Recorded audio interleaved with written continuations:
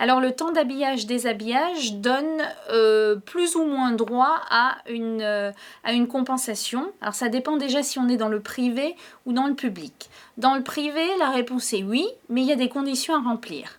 La première, c'est que le port de la tenue doit être imposé soit par la loi, soit par la convention collective, soit par le contrat de travail ou par le règlement intérieur de l'entreprise. La deuxième condition, c'est qu'il faut que l'habillage et le déshabillage soient obligatoirement faits dans l'entreprise ou sur le lieu de travail. Si ces deux conditions sont remplies, le salarié a droit à une contrepartie. Alors une contrepartie n'est pas nécessairement financière, elle peut être sous forme de repos, elle peut être sous forme de contrepartie financière ou elle peut être, on peut considérer que le temps d'habillage-déshabillage est assimilé à du temps de travail effectif, mais ce n'est pas nécessairement le cas.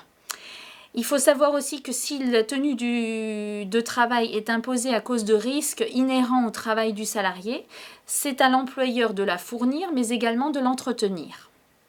S'agissant du secteur public, il faut distinguer les différentes fonctions publiques. Donc, dans la fonction publique d'État, ce qui est police, infirmier, la fonction publique territoriale, donc la police municipale, certains agents de service, on considère que le temps qu'ils mettent pour s'habiller et se déshabiller, même s'ils ont une tenue de travail, n'est pas du temps de travail effectif, mais il y a une possibilité quand même de prévoir une contrepartie, mais ça c'est déterminé par décret.